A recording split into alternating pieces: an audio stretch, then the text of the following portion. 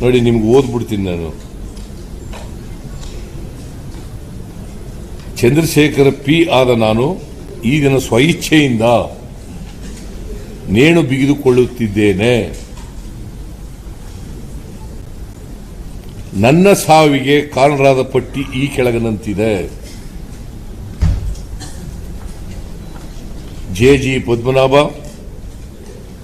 ವ್ಯವಸ್ಥಾಪಕ ನಿರ್ದೇಶಕರು, ಕರ್ನಾಟಕ ಮಹರ್ಷಿ ವಾಲ್ಮೀಕಿ ಅಭಿವೃದ್ಧಿ ನಿಗಮ, ಪರಶುರಾಮ ದುರ್ಗಣ್ಣನವರ ಲೆಕ್ಕಾಧಿಕಾರಿಗಳು,